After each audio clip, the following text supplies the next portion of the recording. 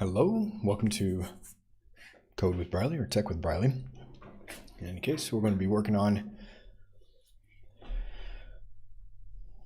I suppose, some experiments with large language models where we will try to build large language or generative AI applications using a tool called Langflow. This is an experimental session. I don't have exactly a roadmap in plan, but I do have a basic idea. And essentially, Langflow is a visual development environment. It's a graph-based interface that lets you drag blocks onto a canvas and connect them, and the blocks have certain types of outputs that connect to corresponding inputs. And you end up essentially with an agent, a chat interface. It's built on LangChain, but I think they're making the back end, it's Python based, and they're making it abstract so they can use LangChain or other sort of orchestration layers.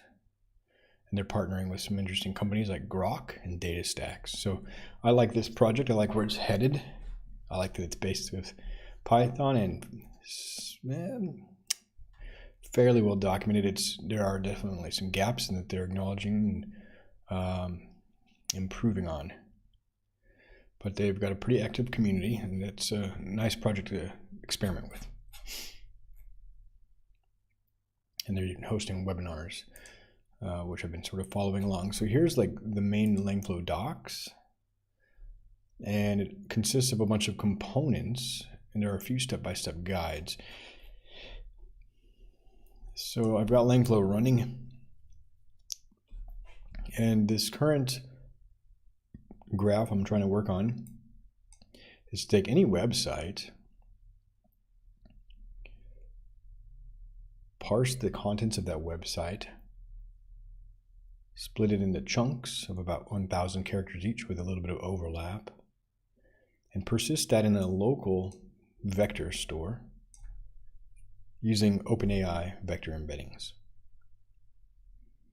I'm going to try to get this working. I'm just now trying this Chroma vector store. We will call this so here's the document. Let's see what the document is. Epistles of George Fox, I believe. It's a big document. Too big to fit in a single query to OpenAI. It's just too much context. So that's why we want to use vector store databases.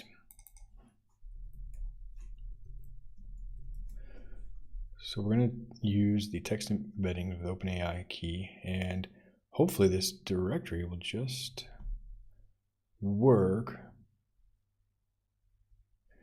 I might want to start with a smaller document, but anyway, let's try it out. So it's first parsing the URL, then it's split the text. It's calling the embeddings, it's connected to the embedding server, and now it seems to be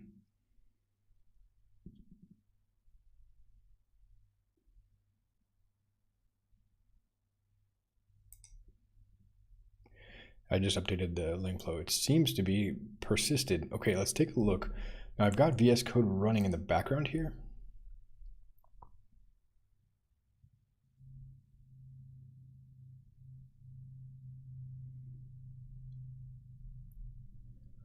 And I just have the project directory running. But it doesn't look like any new file was created. So that's one thing. I'm not exactly sure what happened.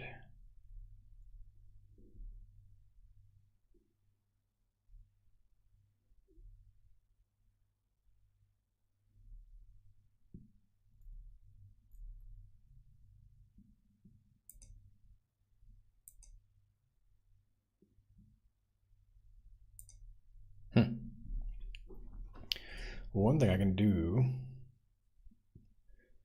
to get the directory at least is do this pwd. Let's see if this works.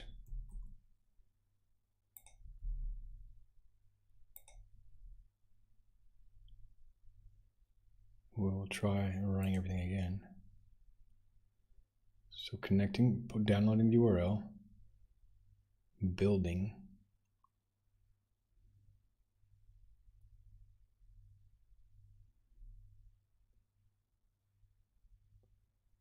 Chroma built successfully. Now if I run, let's see. But how do I know?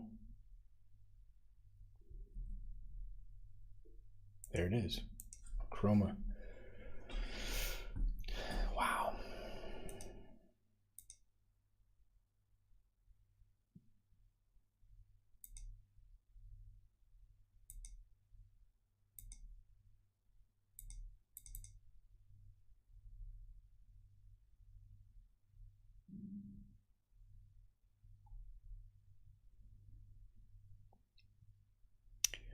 So I don't see George Fox collection. Okay, there we go.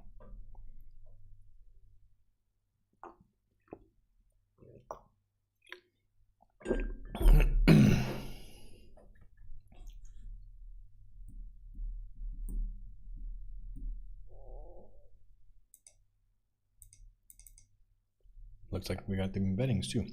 That's pretty fast, and it's just running locally. Wow, really cool. All right, so we've got the whole document parsed already as embeddings, and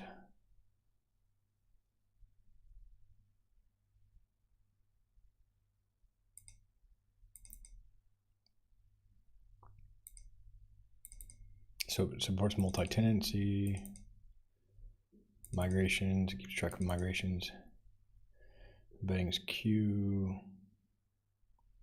embedding metadata, and embedding a full text search. Here we go, and here's the texts. So we can see the epistles of George Fox. It was just the first like 1,000 characters, and slices of that whole document.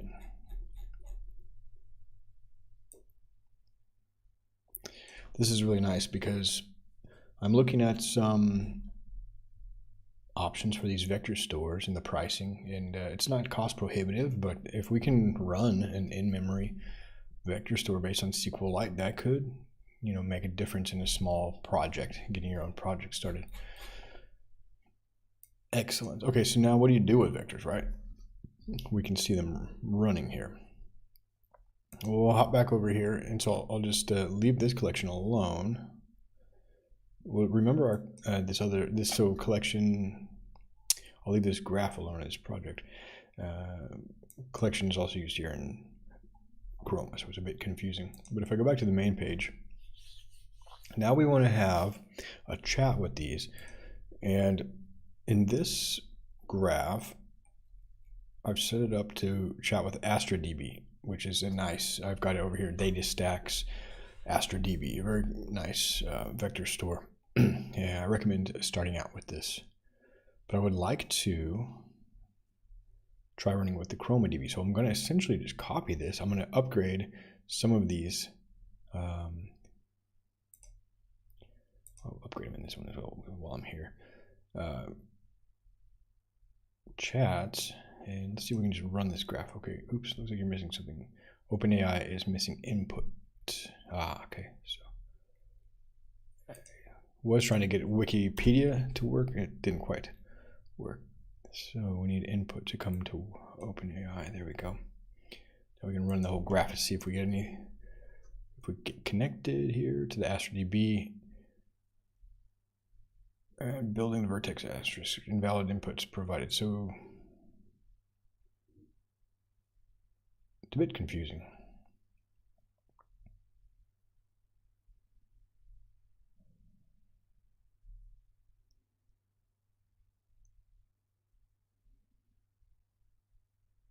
And it doesn't say specifically which input is invalid. Is there a way I can get a little bit more debugging information?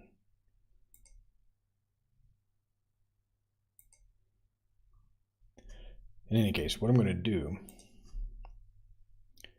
is duplicate this chat and use ChromaDB here just to see if it works.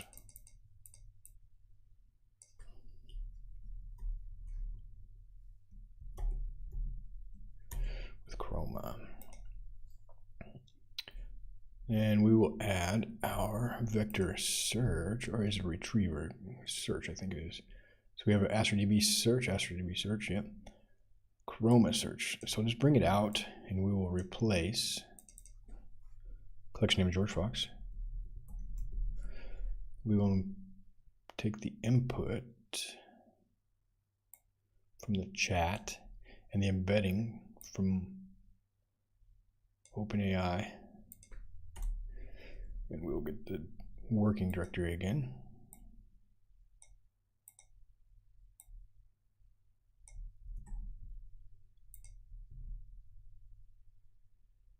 Search type similarity. Then we will pass the search results as the context. User input is the see our prompt. I'll just show you this. We've got basically a system message, how to respond and guide the conversation back to the topic. We'll pass in the search results from the vector DB and then whatever the user is asking. So check that, looking good. And looks like our Chroma search needs to go into the context, and the user's input comes here. There we are. I think everything else is wired up. So we hop to the playground. Let's see. Okay, Chroma search invalid inputs provided. That's not very useful.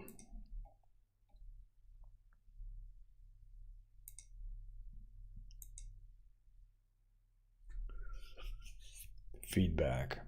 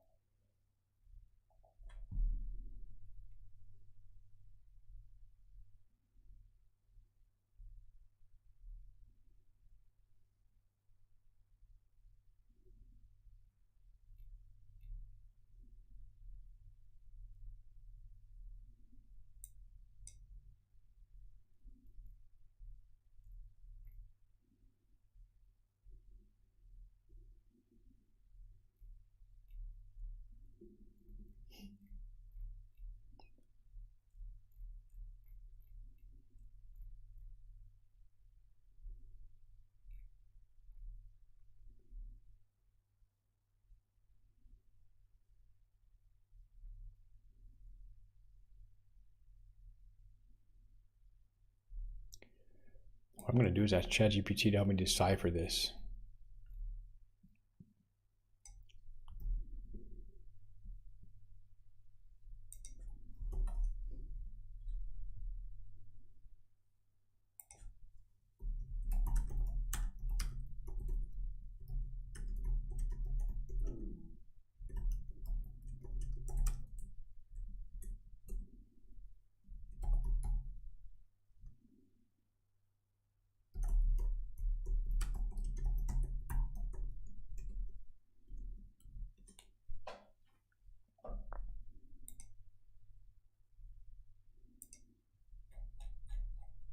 It's a big one. Primary error. The value error inputs provided in search vector store in line 44 in model pi. This indicates that the function search with vector store received invalid inputs. Cool. All right.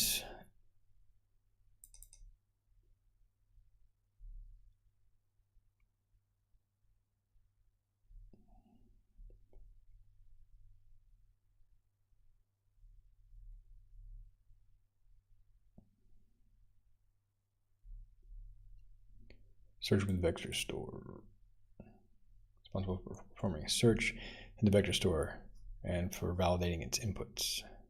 Input value, ensure that this is correctly formatted and expected by the function. Vector store, ensure that this is properly initialized and has a search method. Okay.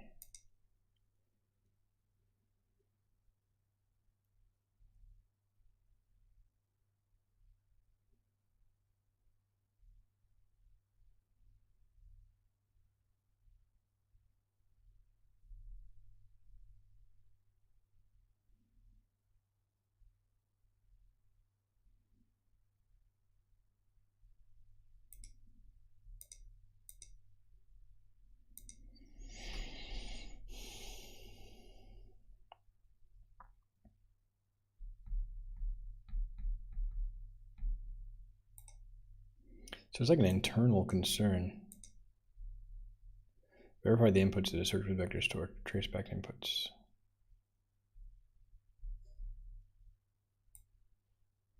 So input value in a vector store.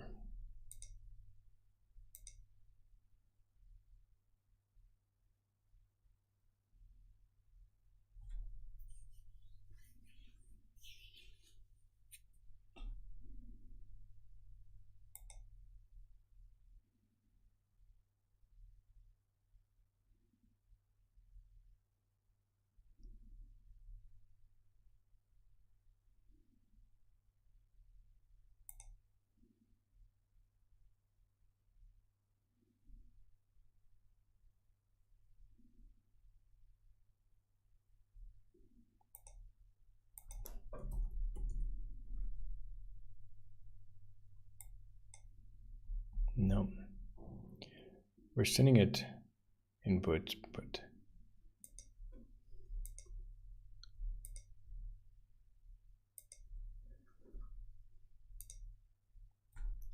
Chroma search is missing an embedding. All right, so we'll get the embedding. Chroma search is missing input.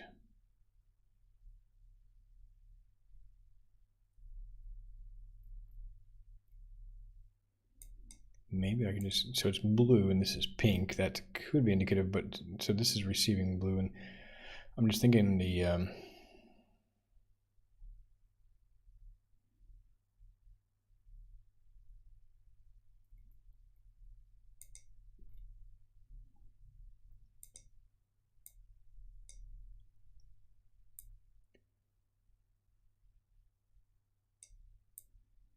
no, that won't work. Strangely, it says it should be able to input prompts.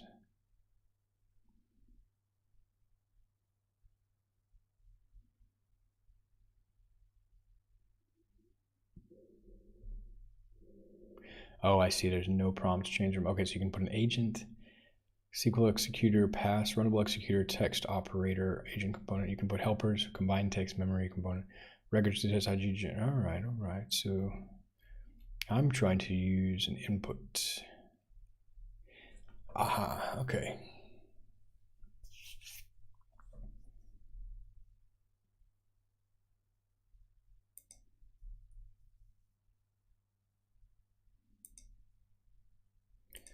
That's strange.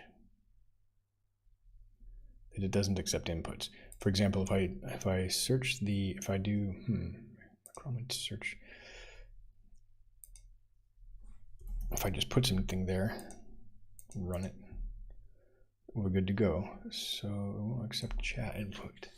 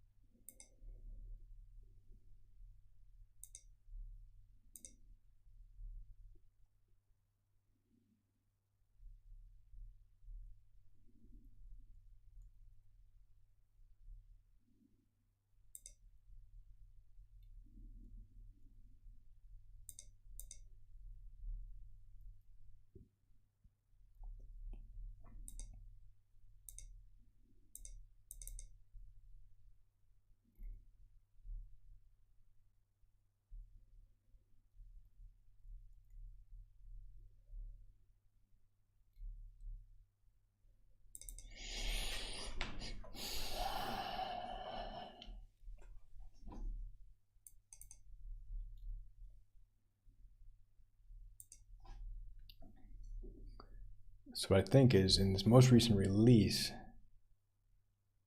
both my chroma and the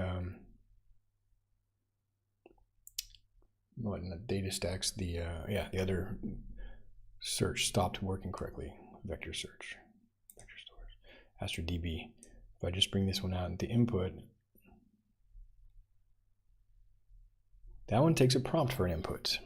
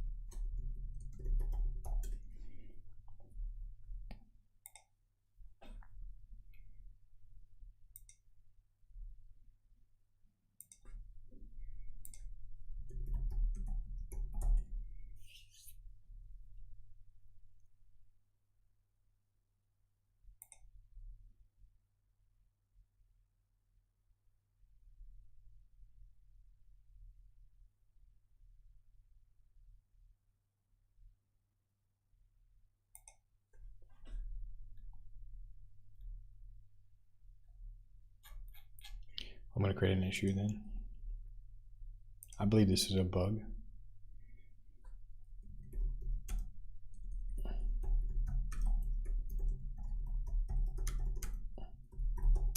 It's not allowing chat input.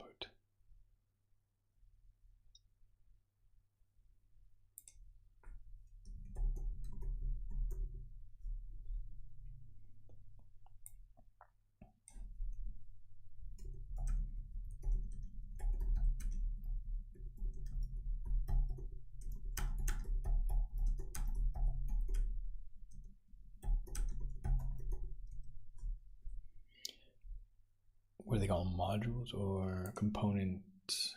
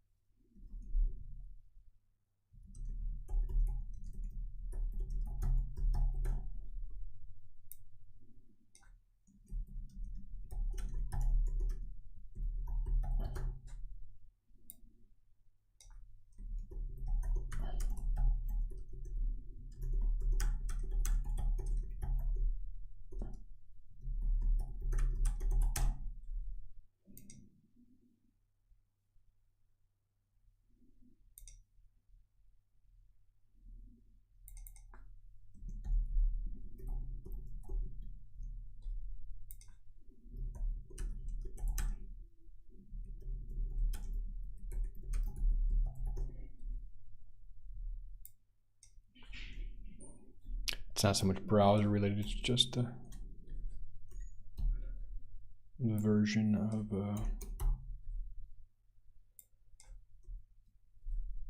Langflow, which is, how do I see that?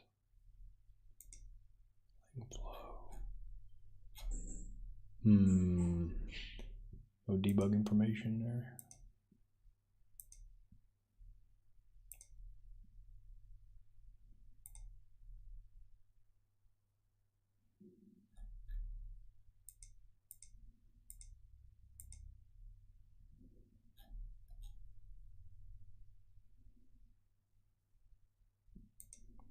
Won't be able to provide that. Okay.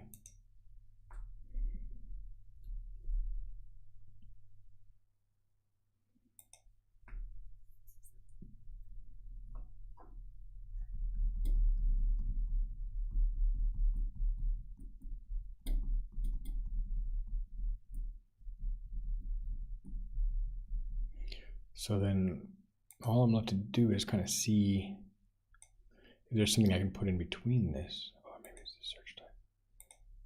Maybe if I change the search type. No.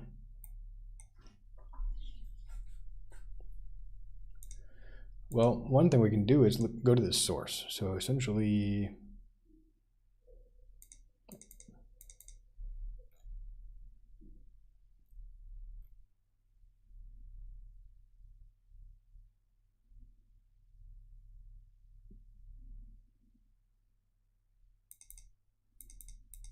so they have optionally a list of record inputs.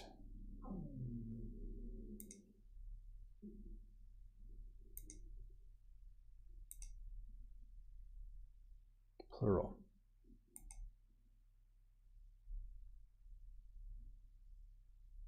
This is input.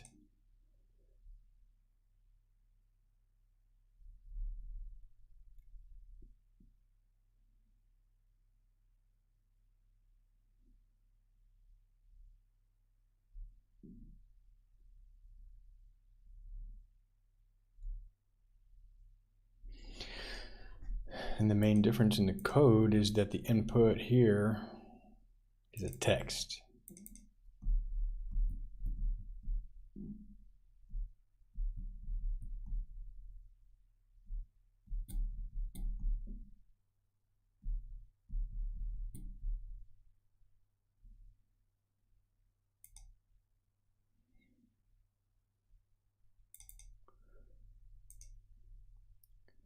If, let me try something.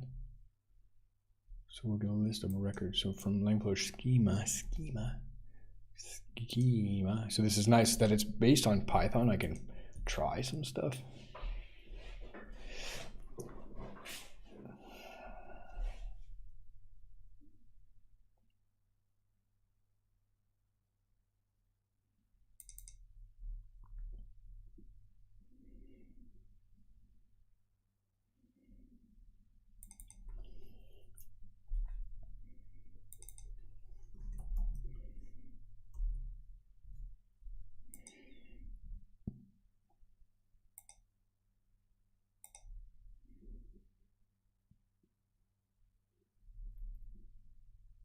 Now it allows me to do the prompt.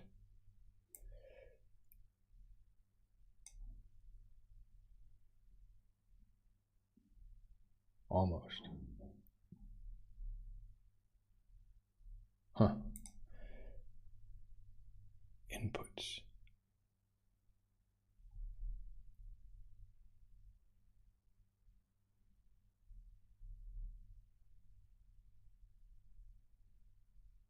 Yeah, it should just allow me to use the prompt. No, I'm sorry, I'm looking for user chat. Okay, so at least I can do a prompt though. If I want to be able to do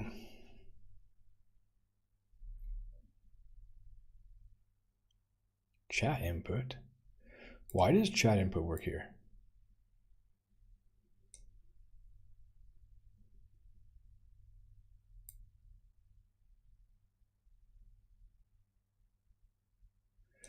Oh, shoot.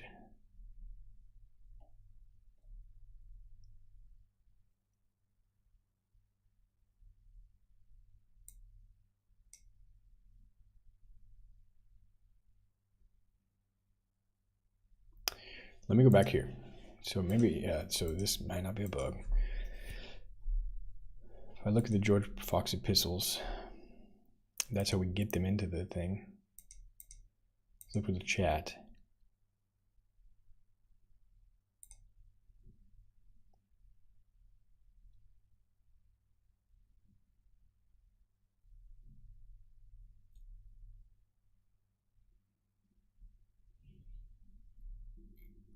Strangely, it doesn't list it there, and it actually won't build for the same reason. Invalid inputs. This is weird because this was just working on the previous version of Langflow, so something is broken on the most recent version. Okay, so this is a regression, or the way it works has changed.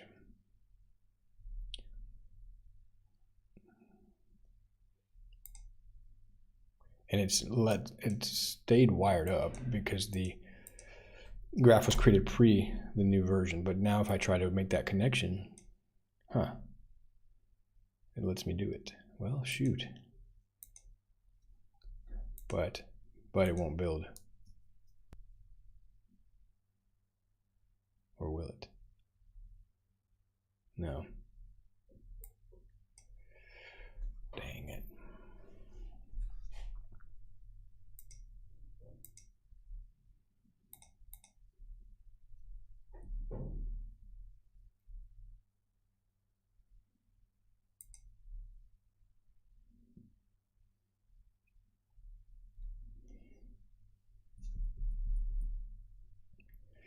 I've been working with this since before May 18th, so that's one weird thing. Let me double check the version that we've got running here.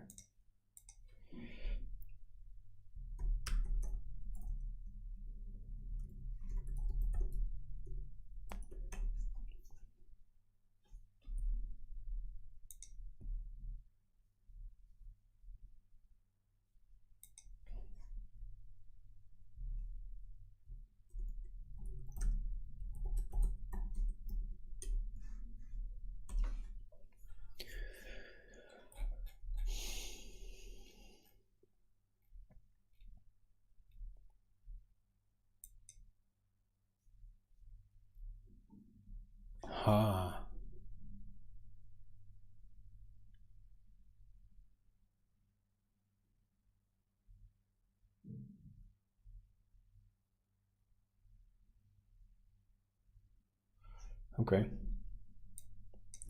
So that's what happened. I see.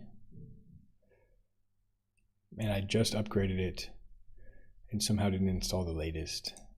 So let me double check here.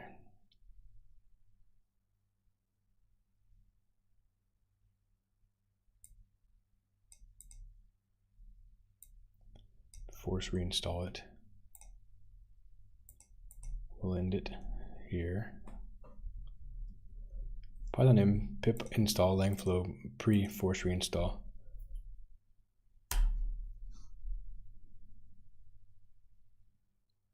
Cool. I hope that's just the problem. It's somehow been downgraded, LangChain to 0.2.1 and Python 3.2, and we're running to work as LangChain 0.6 work with. So something happened. I had messed up the environment when I started out.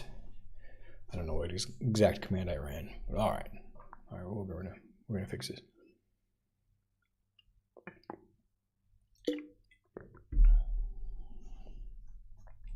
The installation's kind of slow. I should have noticed this earlier. That it went through a lot faster earlier.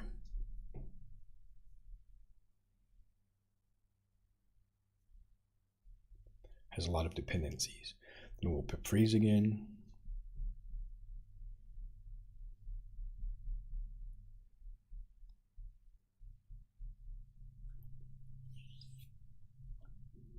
I can close my bug report.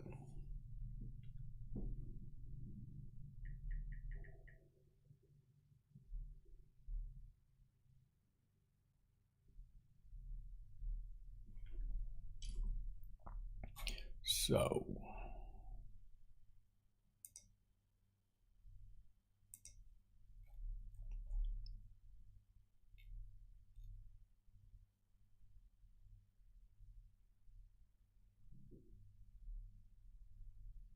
But that was good that I'm able to like look into the source code, see how it works, input value text. Should be fine.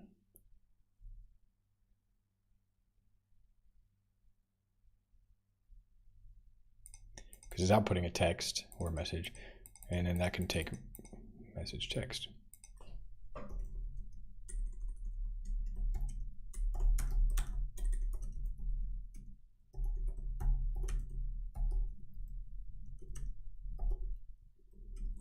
What did it downgrade to? Langflow. Oh, wait.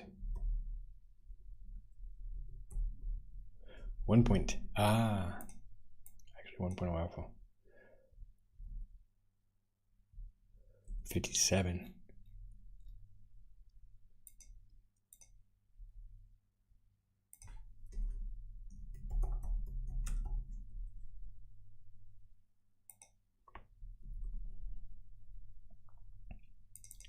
So we'll run pip freeze again.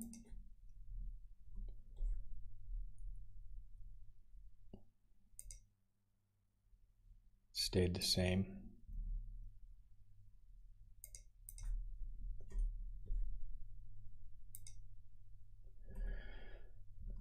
We'll run Langflow again. Langchain, on which Langflow is built, was at 0.2. Langflow, oops, shoot. Wasn't paying attention.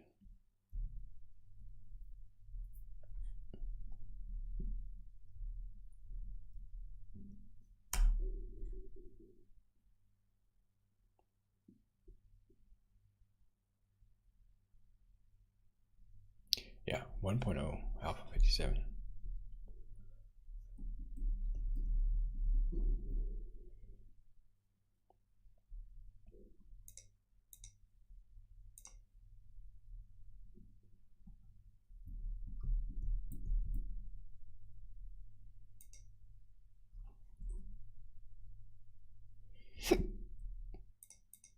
Let's try it again.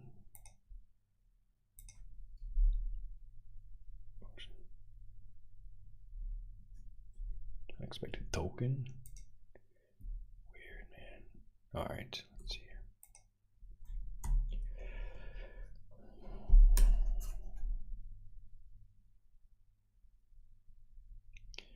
What I can do is export these flows.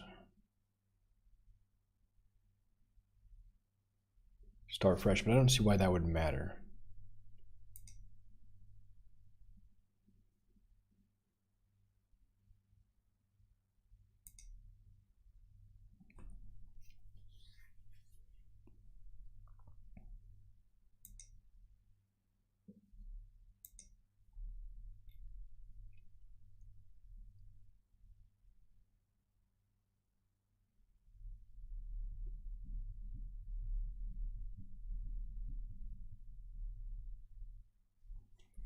Let me check.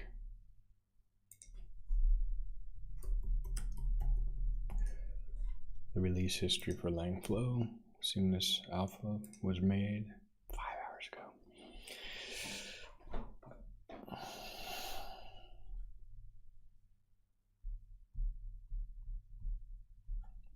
They're rapidly releasing these alphas. Something could have easily broken. Even this 0.6 is probably fine, to be honest. You should probably freeze it there. Lesson learned. I just did the latest according to their docs. This is what they recommend doing, and it's not smart. Yeah, the pre-release. Recommended for the latest updates, right? Yeah, I should think about that.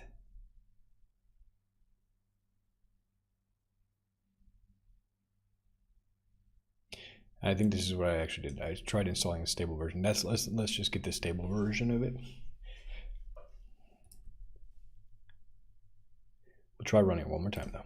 Ready? Here we go. It's a nice project. It's very rapidly moving towards 1.0. That's a good sign.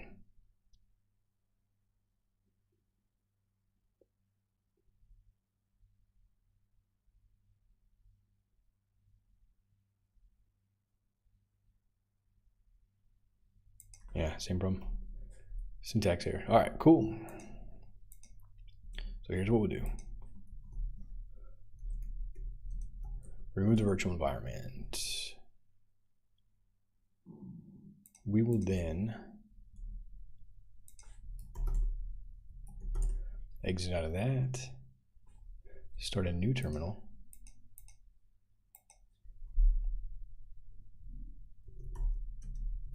Check our version. We're running Python 3.10.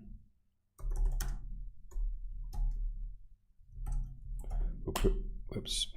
Shoot.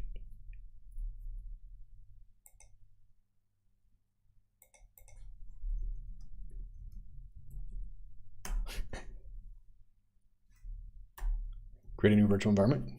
Then we will install Langflow stable.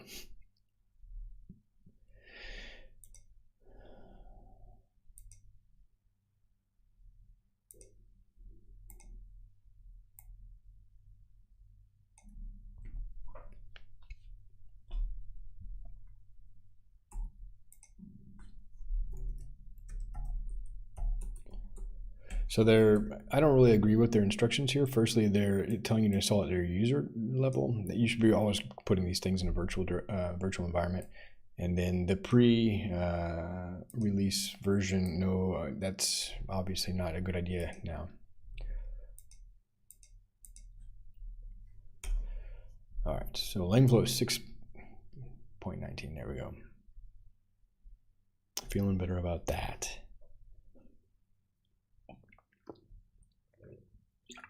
I'm just hoping to test this ChromaDB vector store, and then we will do an outro.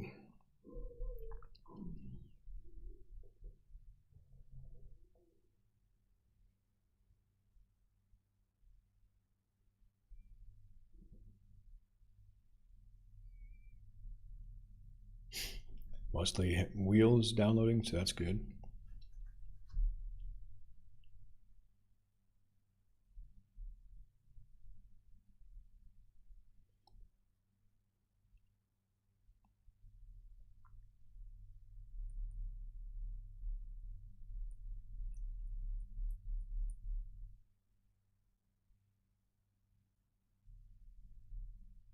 Hopefully our Chroma vector store is going to be fine.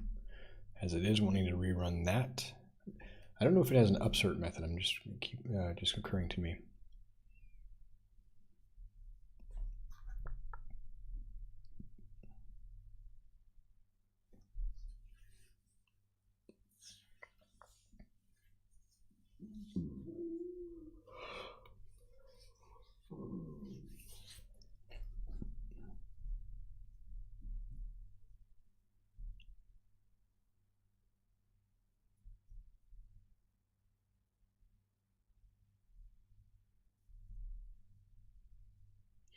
A lot of dependencies, and then the setup to Pi dependencies kind of slow down the installation process.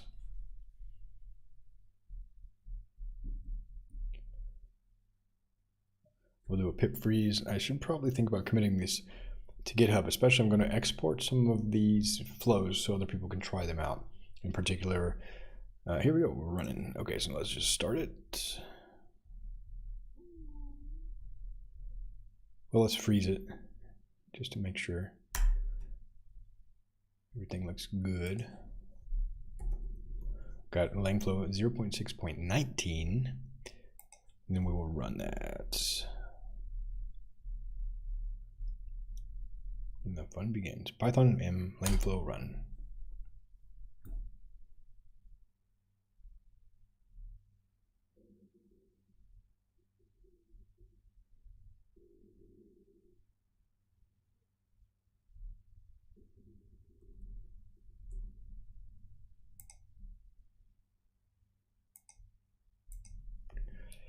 There we go. Okay, so the invalid output needed to force the cache. I had to clear cache and run it.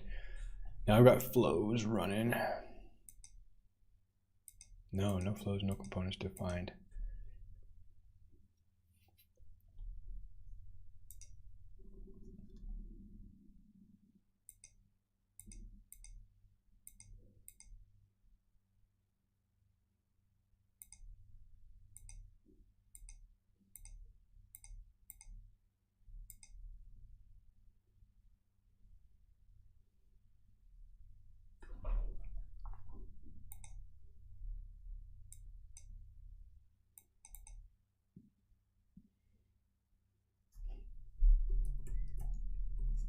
Let's try retrieving from it.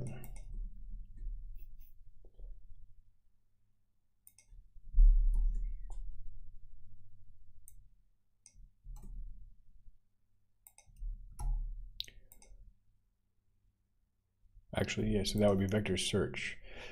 All right, where would we find that? So we got custom agents, chains, loaders, embeddings, LLMs, memories, prompt retrievers, toolkits, vector stores. How do you search?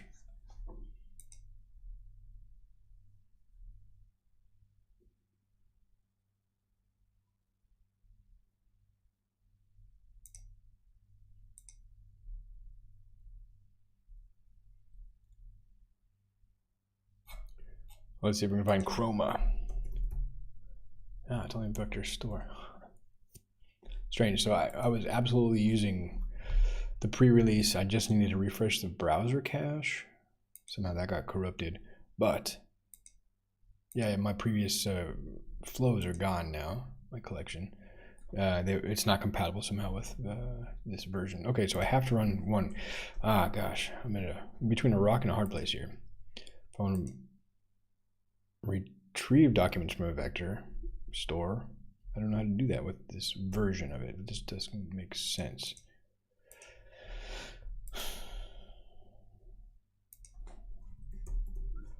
Bing, Google search. Search what?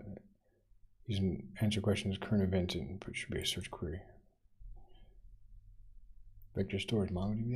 This is so weird.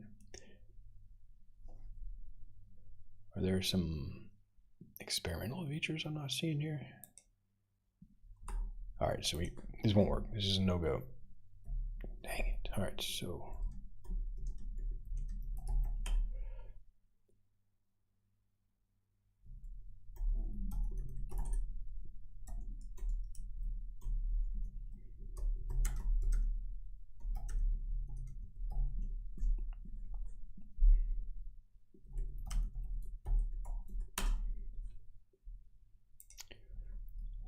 okay. Clear the cache in a moment.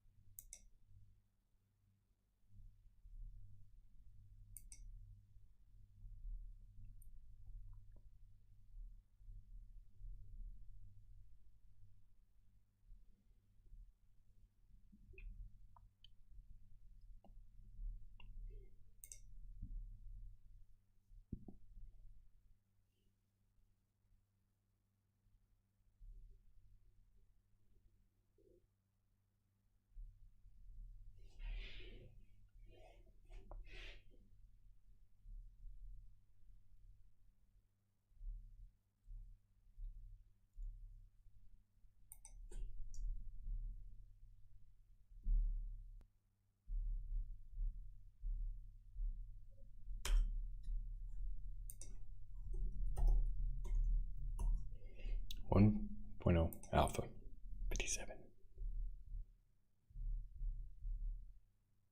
Running it. We'll clear cache and reload the browser window.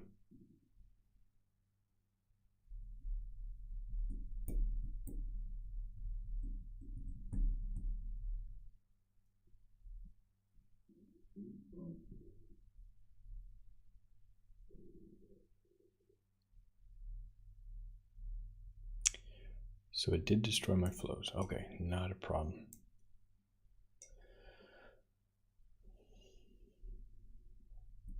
Let's just start a new one.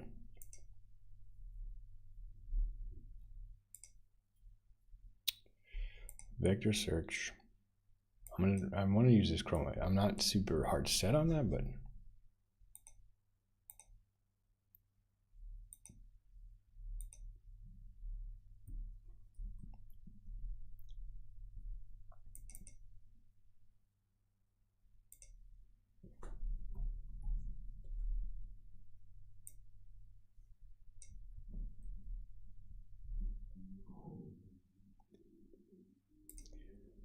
if I build it from scratch, maybe it'll just work. Something about the old chat input maybe was not correct. And then the embedding was OpenAI.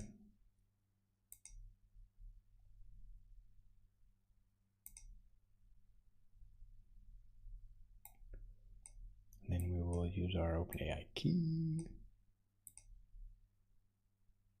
If I go to, come back to this in a moment. If I go to my settings, global variables, add new OpenAI key. This is a credential. We'll grab our, shoot.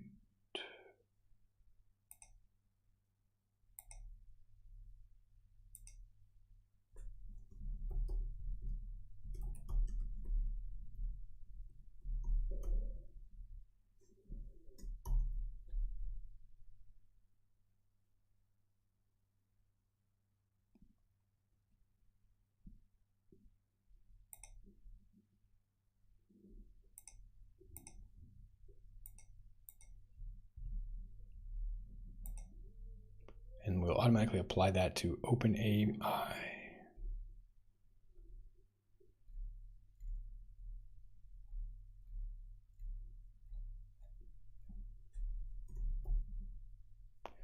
API key. That just saves me some connecting. Set the variable there, just calling it the same thing. OpenAPI, API key, OpenAI key. Yeah. Close enough. And now there it is. It's already connected. Okay, now let's see. Good. So,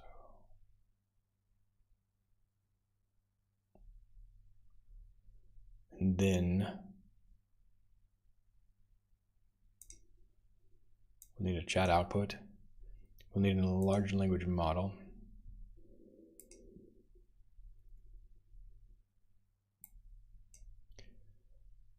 We don't want it to hallucinate too much, so we'll set the temperature kind of low. The input comes from the user input.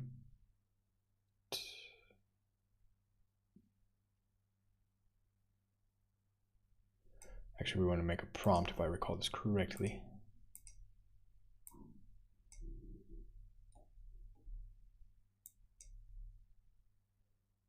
Type the prompt.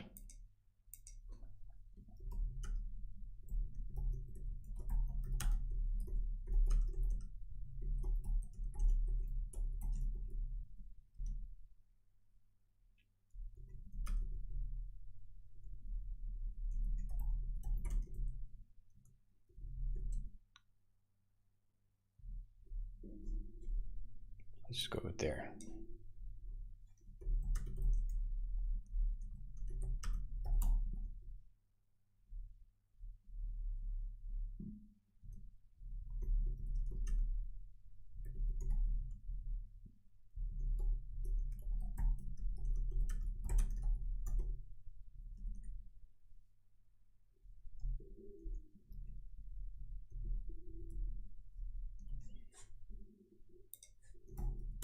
Use the epistle text, and we'll just call this epistle underscore text.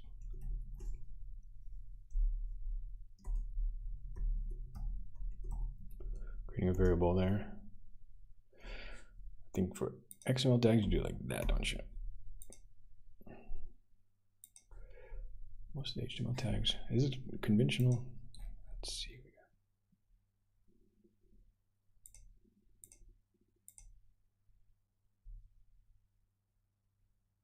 Yep.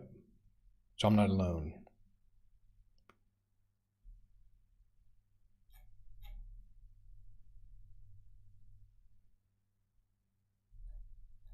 They broke it.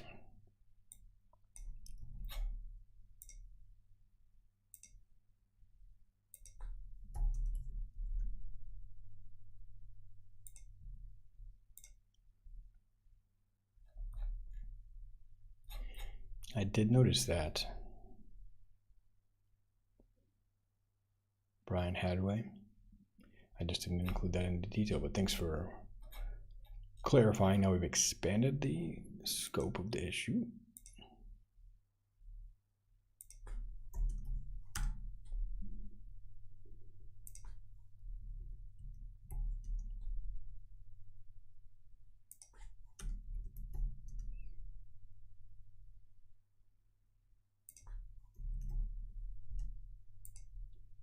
Cool. Good stuff. So I think we're going to have the same problem, but I'm going to try to craft my little thingy here. So I didn't need to reinstall it. Was actually a bug. And I was in the chat, a discussion on Hacker News. They said they use XML tags.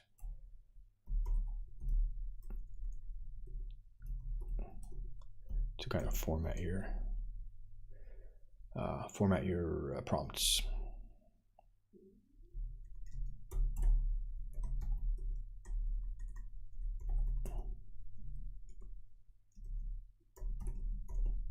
So I'm just making these named the same. And this should expose, some prompt variables, epistle text and user input. Something like that, epistle text, yeah. So now we should have our prompt, which can go into the input.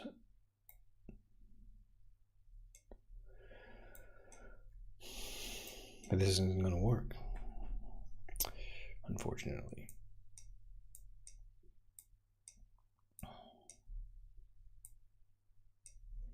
So the epistle text would be the record here, and then the user input would come directly here.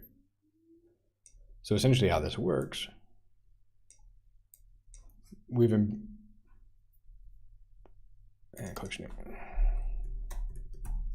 created an embedding collection from the George Fox epistle document, massive. Wow, whoa, nice. We've stored that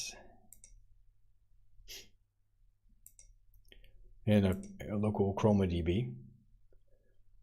Yeah, so it's using these OpenAI embeddings, so we'll need to use those embeddings to also retrieve it.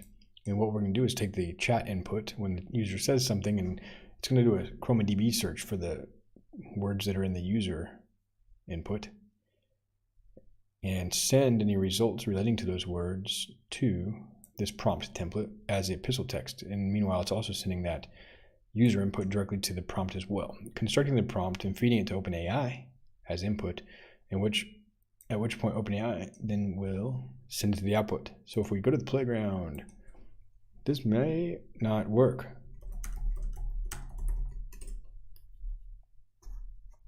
Yep, cannot build Chroma search, invalid inputs provided. Yeah, what has changed recently to break it? I'm gonna have a demo for this tomorrow. I'm gonna help a friend work with this, and somehow it's been broken. I mean, I'm not trying to be,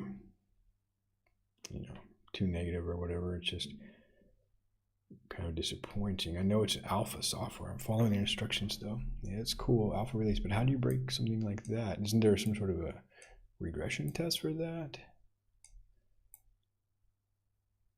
It's alpha 57, right? This should be getting pretty close to beta. Like, I wouldn't expect something like this to change right now.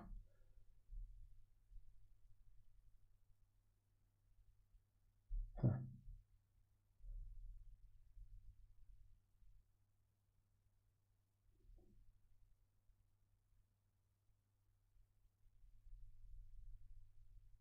And now it actually says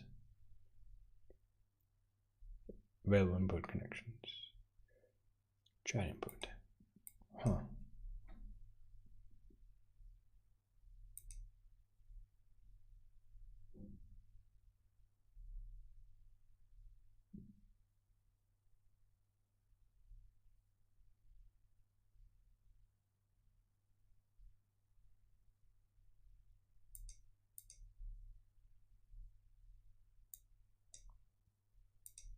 but it doesn't tell me which one's invalid. I'm back to the same problem.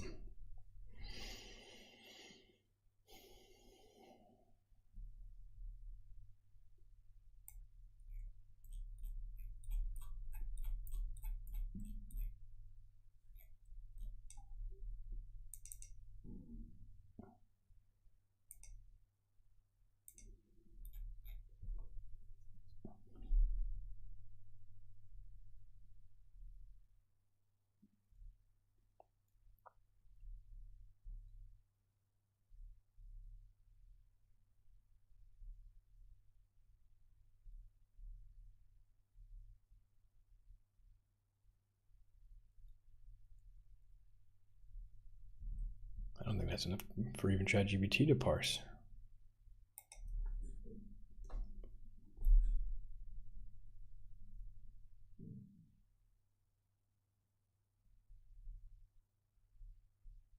Make sure the embedding input is an instance of a valid embeddings class, e.g. OpenAI embeddings. All right. Ensure it is non-empty. Input value is non-empty. String suitable for search query. Could be. It's a...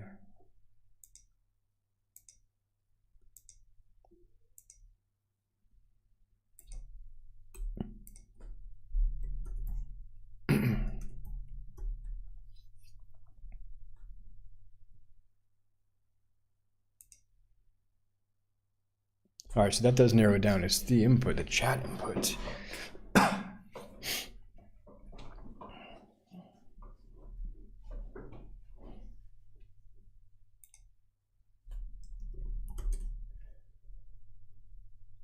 Hello, it seems like you're interested in discussing the epistle to George Fox. How would you like me to provide input?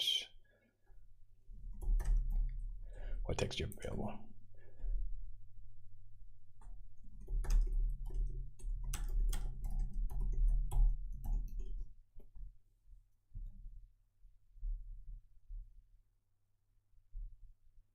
Available the epistle to George Fox, specifically epistle 39, epistle 287.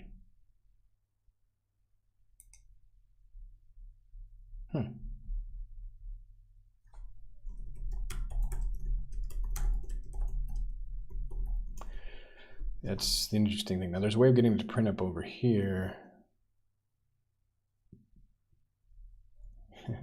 So yeah, I mean, it's pretty good responses. But I don't think, so the problem is I don't think it's coming from the Chroma search. So there's a way to inspect these.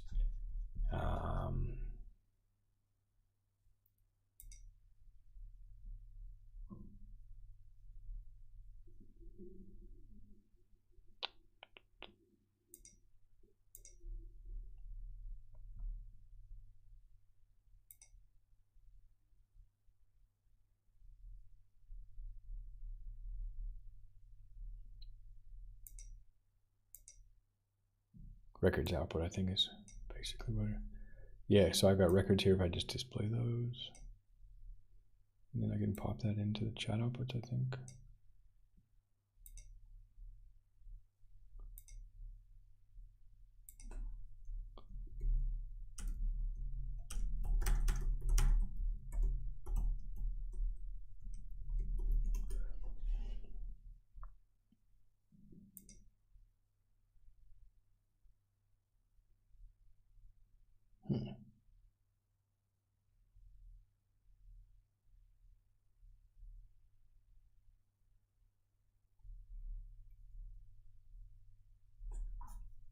Interesting.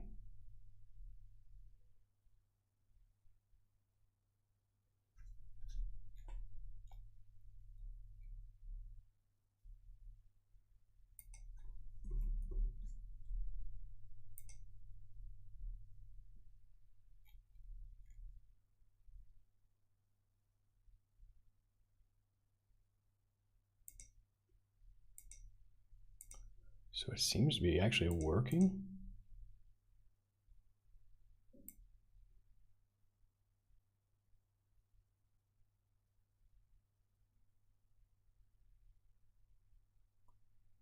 Yeah, everything up here is actually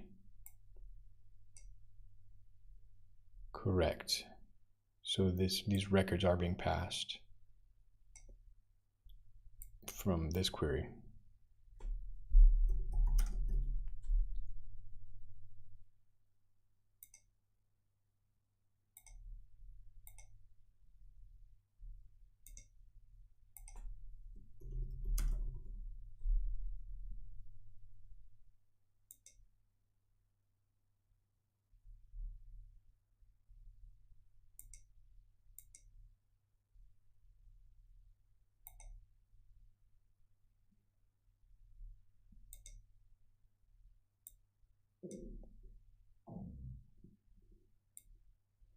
But when we put the input there,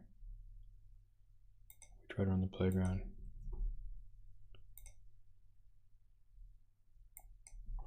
Invalid inputs. All right, so it's definitely a bug. I can't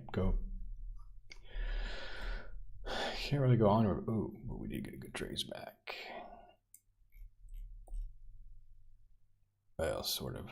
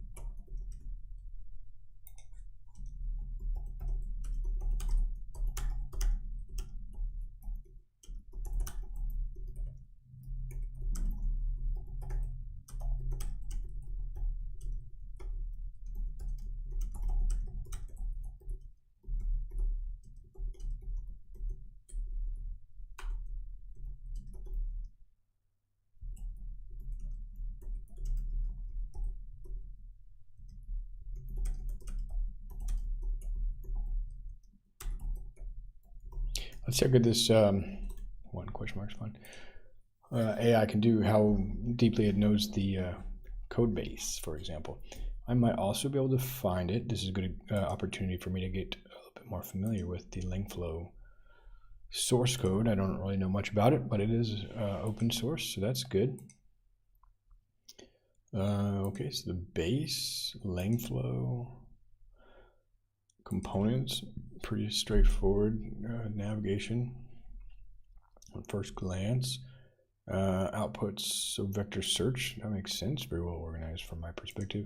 Chroma search, it's an LC vector store component.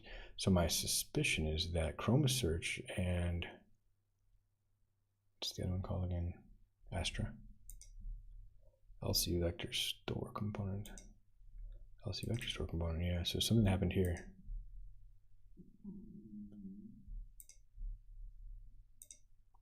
And actually, I wanted to do this.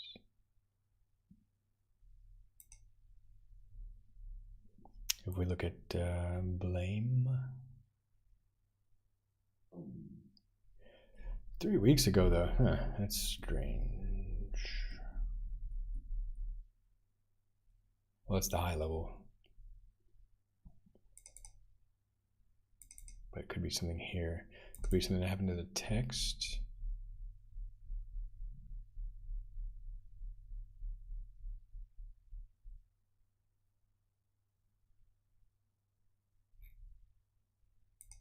Field typing.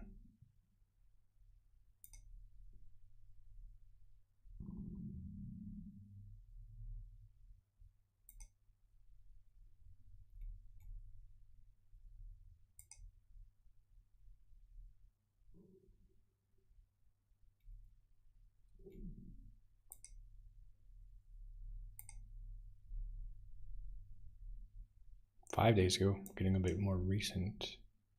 Record to message, this is probably it.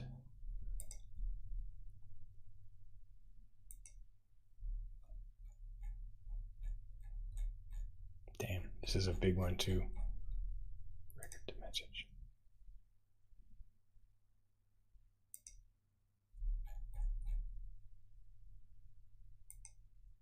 Dude, so good. That's amazing. 45 minutes ago, a little bit of headache, a little bit of frustration, but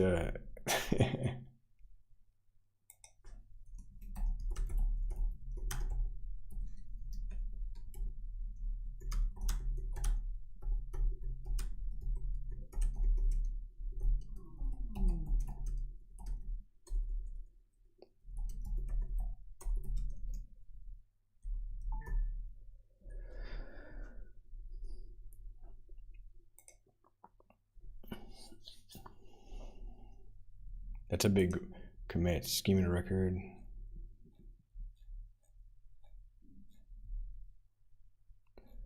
And this I wouldn't be able to really follow.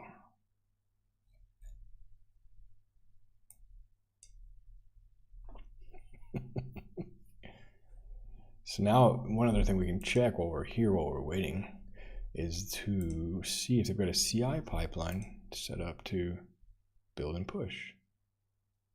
Right there, 6 minutes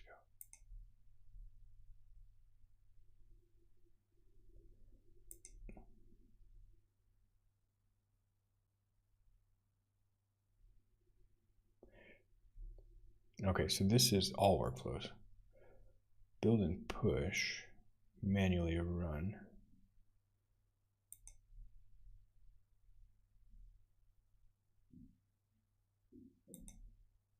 It's building for different platforms. Pushing to Hugging Face. So I don't think that would be it, but let's look if there's a release. Create release. 2 weeks ago was the last release.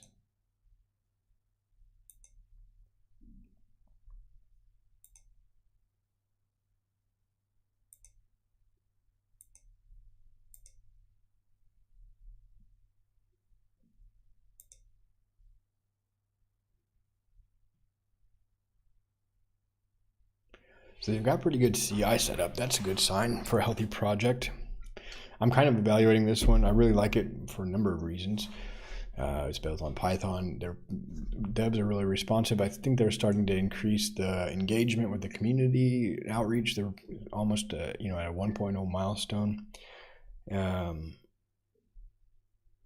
just evaluating it against some of the other options out there. I only know of one other option, but that's open source at least. I think there are some proprietary choices, but Flowrise is the other one, and it's not built on Python, which isn't that big of a deal. That's their developers' prerogative. It's got a Node.js backend, I think.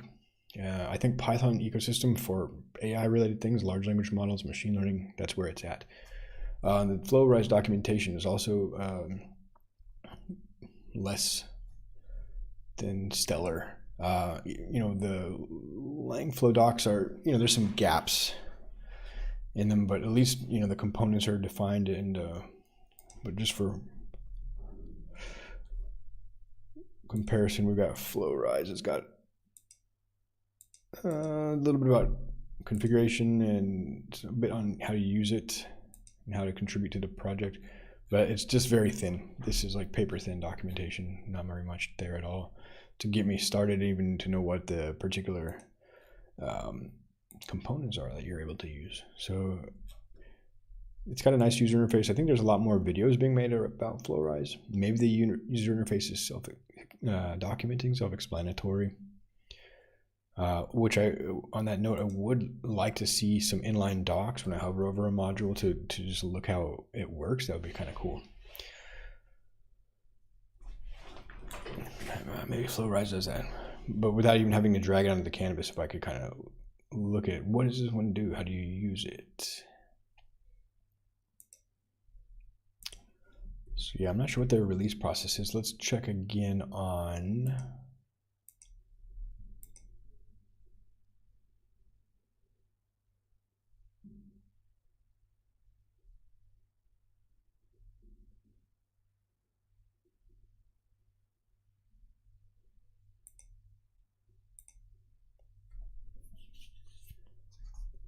interesting.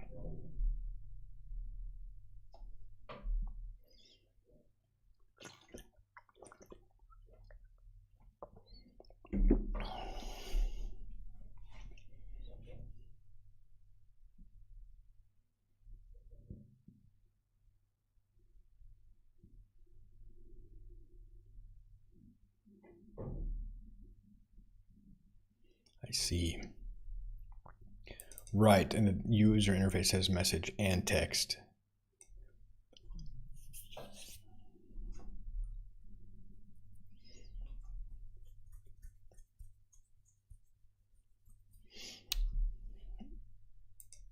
Right here, message or text. So that's in a way self-documenting, kind of cool there. Oh yeah, and that's a really nice feature that you can inspect the output right in line. I'm not sure that FlowRise has that, and FlowRise also was lacking this sort of the record inspector that I used here. I think this is really important too, that I can check the records in the context of the chat. Like if I take this back off here, we will search for something like Virginia or New England or Pennsylvania. I think George Fox was writing from, I'm not sure where he's writing these epistles from, to be honest. That's why part of why I want to engage and explore with this chatbot. Well, we can check. So it's a bit bulky, but nonetheless, we can see the records. It would be nice if I could inspect them or scroll horizontally.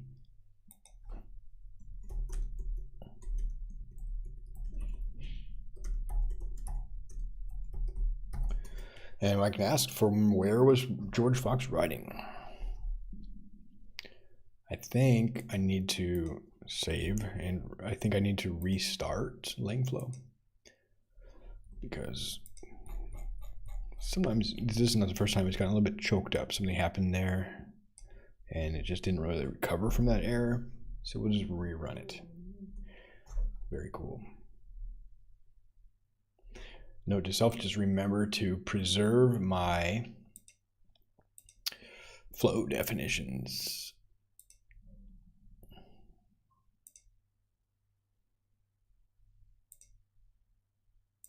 Get everybody up and running. We're looking like we're good to go. We built it.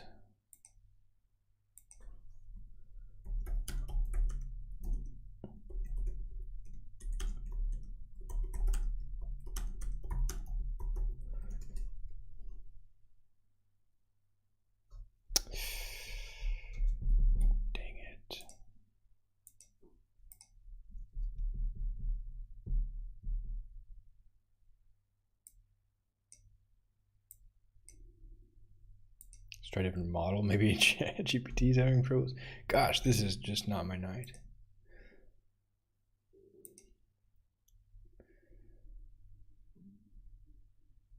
And we'll just try it without the search.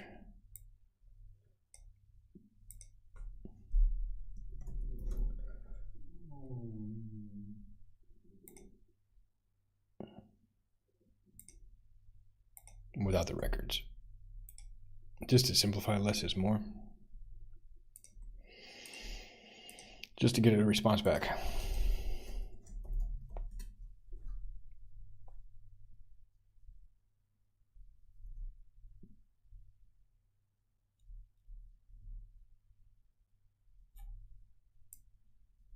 So we got a response back.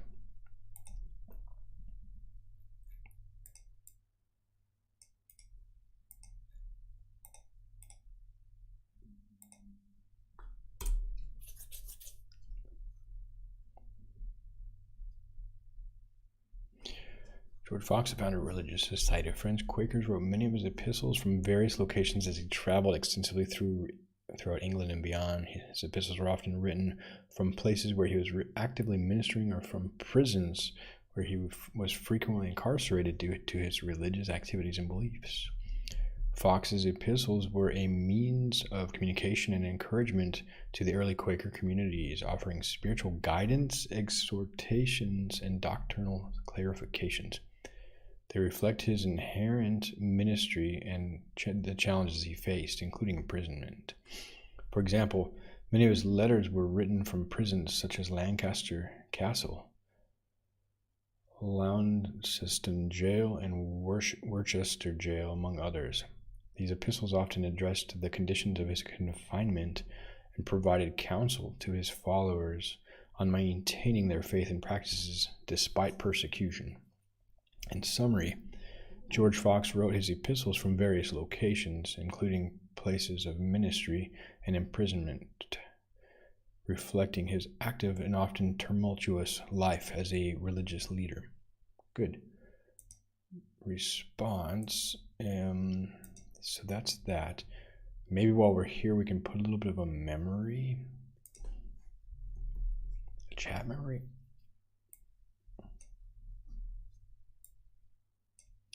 And we can include that in the prompt.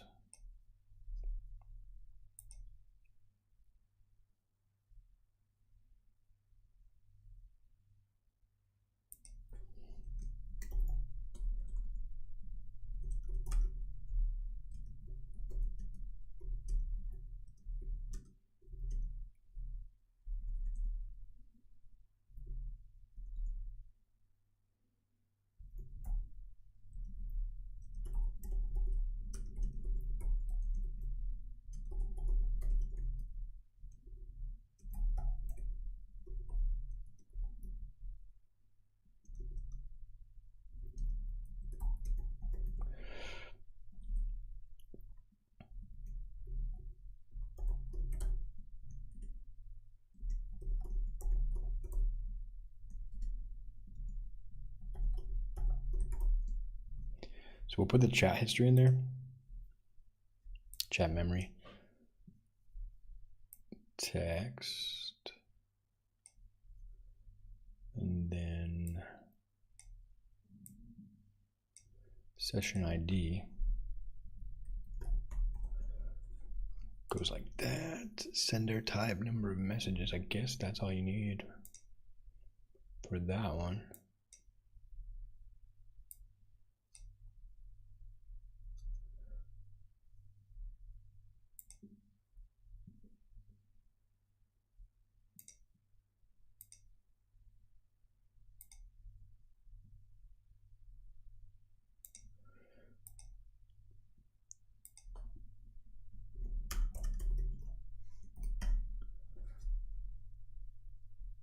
Hello, I'm here to discuss the epistles of George Fox and his teachings. George Fox, the founder of a religious society of Friends, Quakers, wrote many epistles to guide and encourage his followers. His writings often emphasize the importance of inner light, spiritual guidance, and living a life of simplicity and integrity. Is there a particular aspect of George Fox's teaching or a specific epistle you are interested in exploring? Interesting. So let's see what we've got here in the prompt now. Chat history doesn't seem to be working. Oh, you know why? Because you have to do this. Session ID. And then you do this. Session 1, 2, 3. Now it should, I think, work because that'll connect the two of them. And you may need to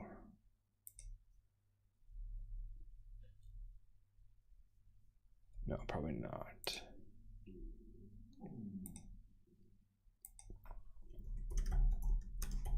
My name is Briley. Hello, Briley. It's wonderful to meet you. Since we're focusing on the epistles of George Fox, perhaps you could explore how Fox's writing might relate to your own spiritual journey or interests.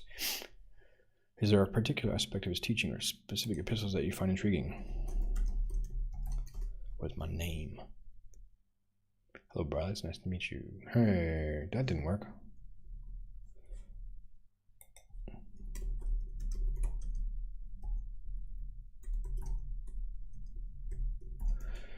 What's your favorite epistle?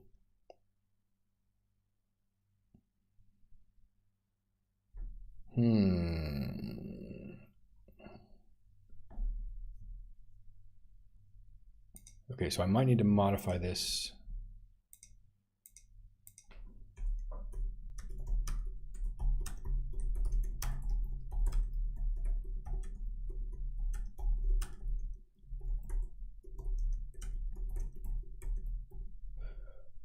To be explicit about why we have this chat history. And let me just take a look at it. So yeah, there's the history at least. And in the chat memory, it's supposed to be machine end user. So that's where I was confused. Shouldn't I set an session ID here?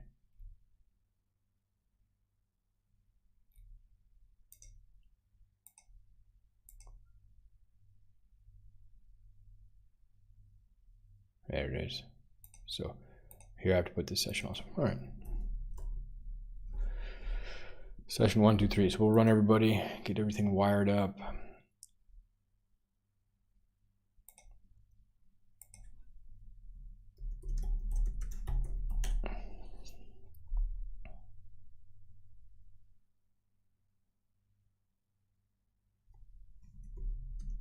Hello again, Briley. So that's a good sign.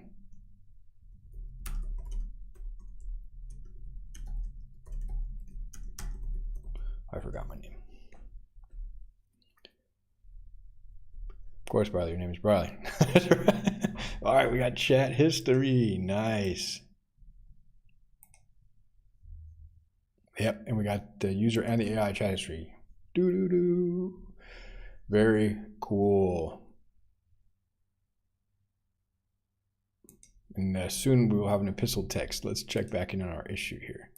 Docker build and push is still running. That takes a while. 22 minutes, man. Heck, that's a slow CI process. What does it have to do? 21 minutes. Wow. Pushing to Docker Hub, checking it out.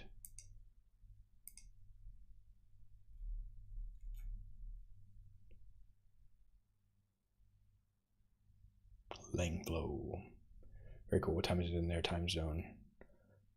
3 o'clock. Not bad.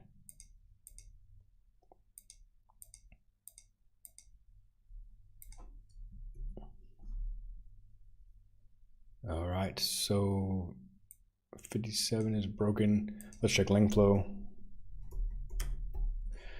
PyP release history 57, 6 hours ago. Boom. So yeah, I'm gonna have to wrap it up today. It's 9 o'clock. Let's do a recap though. This is nice. We've made actually some pretty good progress.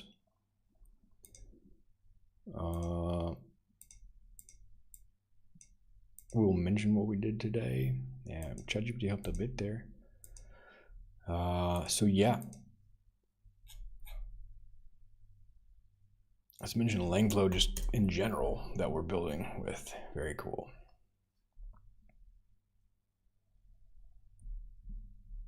All right, I'll take a quick break so that I can segment the video easily.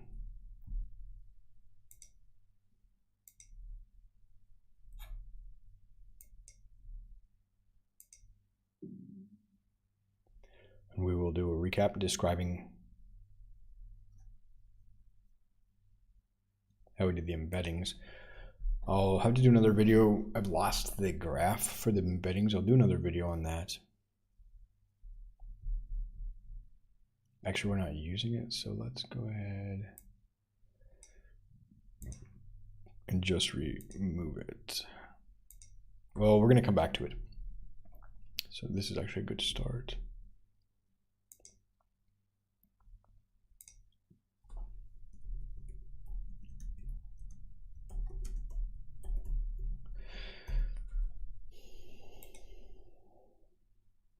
And I'll upload these to GitHub once I get a working thing so I don't lose it again, and that way other people can try it out. Okay, I'll be right back. I'm going to just take a break and do a summary.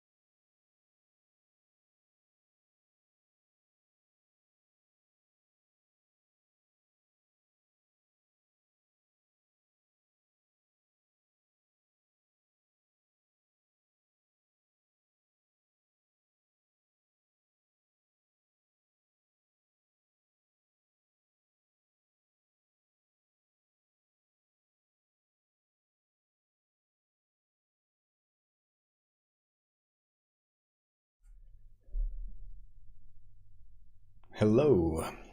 Let's take a look at what we achieved in today's session, where we created a chat flow using Langflow with memory, and we're on the way to also being able to retrieve information from a vector store.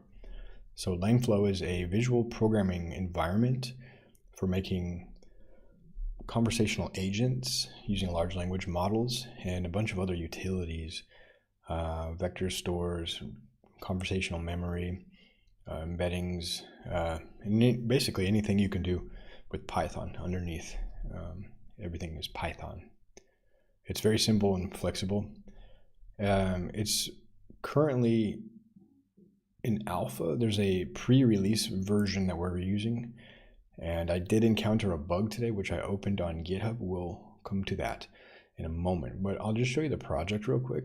That our end goal is to take a really long document. This is volume 2 of the Epistles of George Fox, and you can see it's just a lot of text, and I'm not sure that I would really have the time sort of or focus to read this whole thing from end to end, but I would like to learn a lot more about it and gain some wisdom and see how it applies to my life or things that are going on in my community. It was written I think quite a while ago. I don't know, we can find out. In any case, it didn't have dates for those, did it? Just the epistle numbers. Okay, so here's the graph.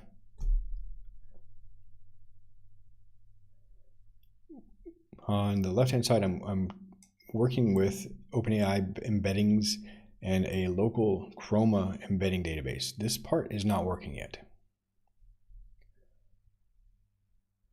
but this whole part of the graph is currently working. And essentially what it consists of is it's going to take some input from a chat interface, and it's going to output a response. And in between that, we construct a prompt that gets fed to OpenAI. And the prompt template has a couple of variables. We'll look at the prompt template. It's got a chat history variable that's getting its input from this chat memory. And there's a session ID here, here, and here. All three of these have the same session ID. So that's how this chat memory works. Somehow it's getting the has a document in there, and these are all writing to the memory. In the future, we'll get some epistle text, and that's this embedding search. The George Fox epistles are stored in a local database, a local Chroma database.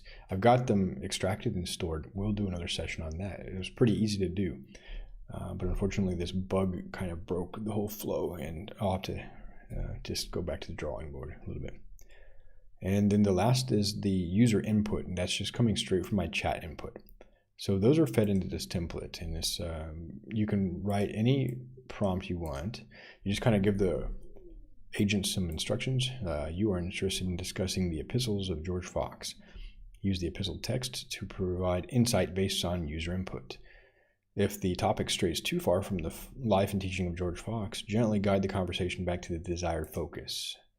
Use this chat history to remember important details about the conversation for later retrieval. So here I've got the phrase chat history. I'm using kind of XML tags. And then this is a variable. And when you put these variables in curly braces, they become available on the block, on the component here.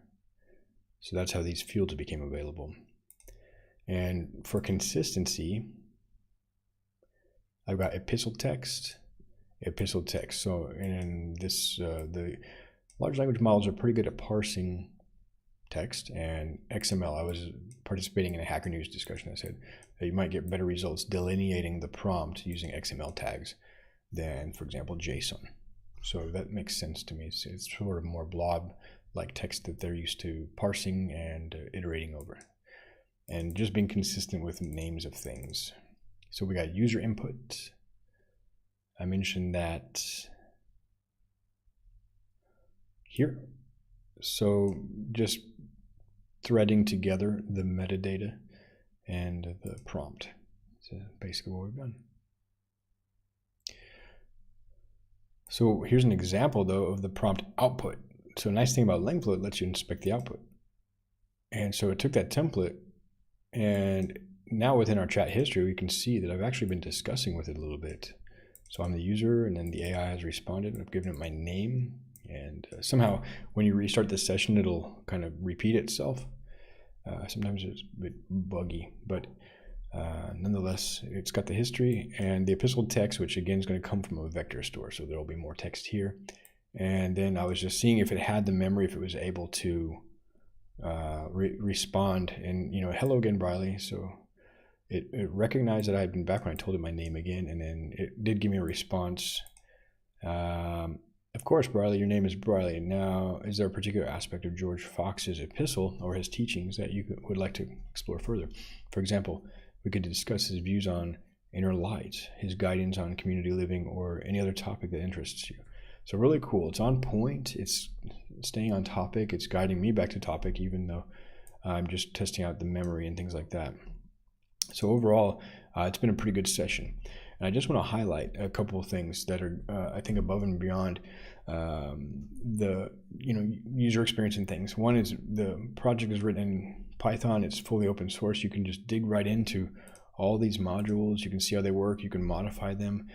You can go to the source on GitHub. I did encounter a bug with this Chroma search where the chat input that outputs a message or text, it's supposed to be sent here to the input, but there was recent change. And it stopped taking input, even though it says that it should take a chat input. It's not working. And the latest pre-release of Langflow released 6 hours ago somehow had a regression that, and they just wait, that's 57. No, they're going to fix this a moment ago. Sorry, 57, Alpha 57. So I encountered this bug. I reported the bug about an hour ago, and at that point, the inputs weren't even showing up, so I'm not sure what changed. They have this bot that's trying to help a little bit, but it didn't help in this case. But nonetheless, this one of the core developers here, the CTO, in fact, responded like within a half hour. So they're in their, it's their time zone, daytime, Friday, and they said, yeah, we're going to try to get this fixed. Another person noticed that it was not only the sort of the what's it called, Chroma database, but also this Astra database. There's multiple vector stores that it supports, which is really cool. It gives you kind of like options, and it lets you have the freedom to define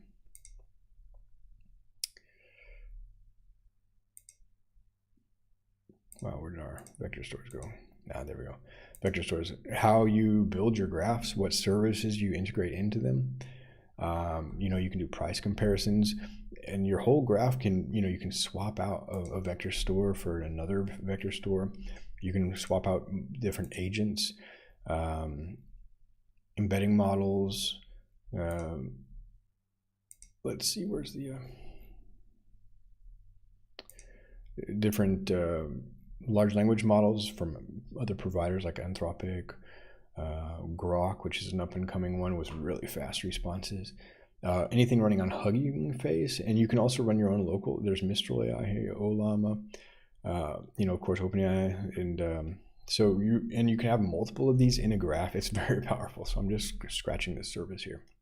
So I want to kind of give an overview of how to build a chat with memory, how we achieved that today, and sort of set the stage for what we're going to work on. There's better tutorials for building chat with memory, so I know this isn't a unique video, but we're going to go deeper into it. And I'm not necessarily writing tutorials, but summaries of the process of developing the ideas that I'm having with regards to the capabilities of Langflow. Really great project, active community, really friendly core maintainers, and from a software engineering perspective, I think they're going pretty good. I'm surprised that this bug slipped through. It seems like a regression that would have maybe could have maybe been caught in a unit test or an integration test, something, and they don't have much here showing their test coverage. So I think they're going to have to work on some automated testing, getting that in place, which probably would have prevented this bug. Nonetheless, it's a cool project. So yeah, thanks for stopping by. I hope you're doing well. Have a great day.